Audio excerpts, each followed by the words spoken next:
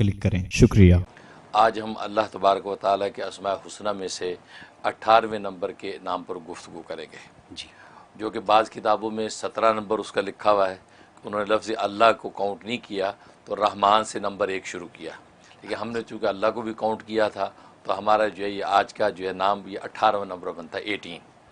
اور یہ ہے الرزاق۔ الرزاق، الرزاق بہت بابرکت نام ہے، سارے رزق کے خزانے اس نام کی جو ہے تجلی ہیں۔ اور رزاق کا معنی بہت زیادہ رزق دینے والا، بہت زیادہ روزی دینے والا۔ اور یہ نام جو قرآن کریم میں 5 مرتبہ اللہ تبارک و تعالی نے مختلف آیات میں دہرایا ہے، اور اس کے عدد جو ہے وہ 308 بنتے ہیں، 308 اور اس کا مفرد عدد بنتا ہے 11، کہ 3 اور 8 جو ہے وہ 11 بنتے ہی اس کا مفرد عدد ہے۔ گویا کہ 11 دن کے ورد کے بعد کوئی نہ کوئی اللہ تبارک و تعالیٰ کا لطیفہ ضرور ظاہر ہونا چاہیے۔ سبحان اللہ۔ انسان جتنے بھی صدقے دل سے پڑھے گا تو 11 دن کے بعد اس کا لطیفہ کوئی نہ کوئی ظاہر ہونا چاہیے۔ تو یہ بابرکت نام ہے۔ اور اصطلاحی معنی میں اس رزاق کا معنی وہ ذات جس نے ہر جاندار کی، ہر مخلوق کی روزی اپنی ذمہ لے رکھی ہے،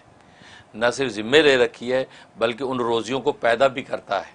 اور پیدا کرنے کے بعد ان تک پہنچاتا بھی ہے مخلوق تک، بھلے وہ مخلوق کہیں بھی ہو ان تک وہ پہنچاتا ہے۔ اور قرآن کریم میں اس چیز کا اظہار کر دیا کہ وما من دابۃ فی الارض الا علی اللہ رزقها، کہ روئے زمین پر کوئی بھی چوپایا چلنے والا جاندار ایسا نہیں ہے کہ مگر اس کا رزق اللہ کے ذمے ہے۔ وَيَعْلَمُ مُسْتَقَرَّهَا وَمُسْتَوْدَعَهَا، اور اللہ تبارک و تعالیٰ اس مخلوق کے مستقل ٹھکانے کو بھی جانتا ہے اور اس کے عارضی ٹھکانے کو بھی جانتا ہے۔ سبحان اللہ۔ یعنی اس میں اس بات کا اشارہ ہے کہ دنیا کے اندر اگر آپ اپنا ٹھکانہ بدلیں تو متعلقہ اداروں کو اطلاع کرنی پڑتی ہے کہ جو ہمارا ایڈریس چینج ہو گیا ہے، اب ہمارا چیک وہاں بھیجیں، جی ہے نا؟ تو نہ کرے تو وہ جو آپ کا چیک ادھر ادھر ہو جائے گا۔ اللہ فرماتے آپ کو ہمیں کہنے کی ضرورت نہیں ہے، آپ جہاں مستقل رہتے وہ بھی ہمیں پتہ ہے، عارضی طور پہ کہیں ٹھکانہ آپ کرتے ہیں وہ بھی ہمیں پتہ ہے، آپ کا رزق وہیں پہنچے گا، لہذا پہنچتا ہے۔ انسان مسافر ہو تو پہنچتا ہے، گھر میں مقیم ہے تو بھی پہنچتا ہے۔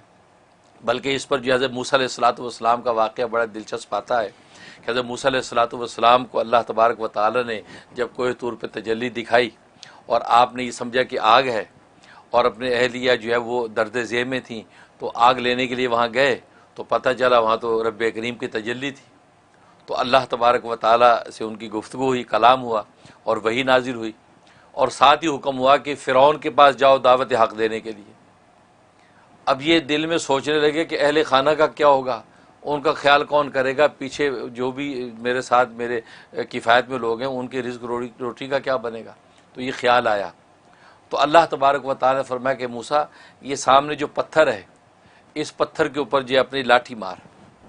لاٹھی ماری، وہ پتھر ٹوٹا، ان میں سے ایک اور پتھر نکلا، فرمایا اس دوسرے پتھر پہ لاٹھی مار، وہ ٹوٹا، اس میں سے ایک اور پتھر نکلا، فرمایا تیسرے پتھر پہ پھر مارا تو ٹوٹا، اس میں سے ایک چھوٹا سا کیڑا جس کے منہ میں سبز پتا ہے، وہ غذا ہے وہ کھا رہا ہے، اور یہ ترانہ پڑھ رہا ہے کہ سبحان من یرانی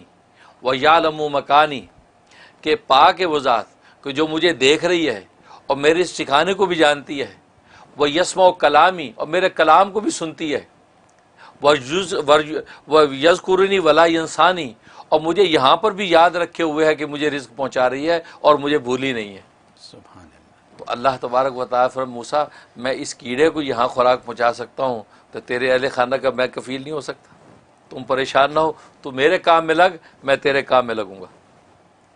تو مطلب یہ اللہ تبارک و تعالیٰ کے رازقیت کا عالم ہے کہ جہاں بھی ہوتا ہے اسی جگہ رزق پہنچاتا ہے۔ اس لیے علماء نے لکھا ہے کہ رزق کی 2 قسمیں ہیں، ایک رزق خاص ہے، ایک رزق عام ہے۔ رزق خاص کا مطلب یہ ہے کہ وہ رزق کہ جس کا تعلق ایمان و یقین کے ساتھ ہے، کہ اللہ تبارک و تعالی ایمان و یقین کا جو رزق، دلوں کا جو رزق عطا کرتے ہیں اور رزق حلال کی دولت سے جو منور کرتے ہیں، یہ رزق خاص ہے۔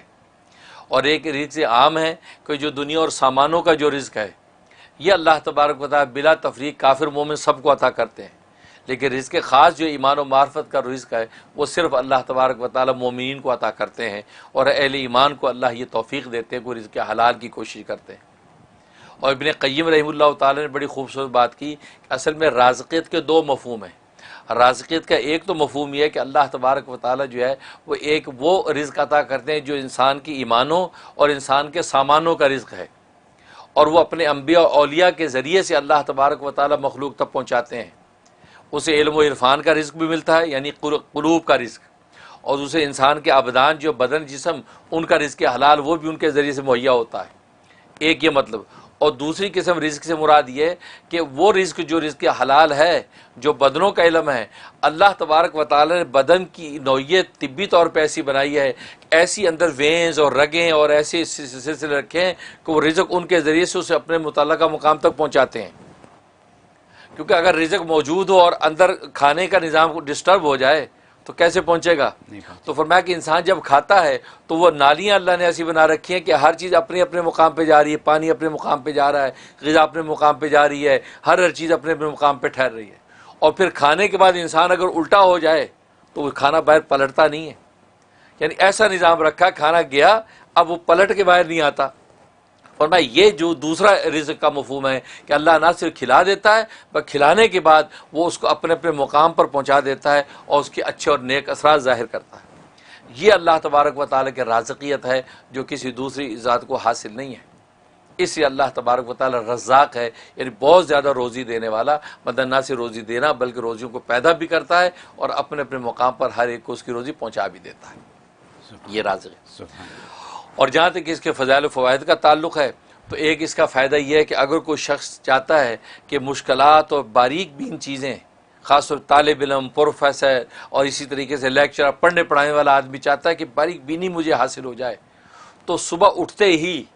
نہار منہ، ابھی اسے کلی نہیں کی، منہ نہیں دھویا، اٹھتے ہی 20 دفعہ یا رزاقو کا ورد کر لیا کرے۔ 20 دفعہ بستر بیٹھے بیٹھے یا رزاقو یا رزاقو یا رزاقو، بس اس کے بعد اپنے کام میں لگے۔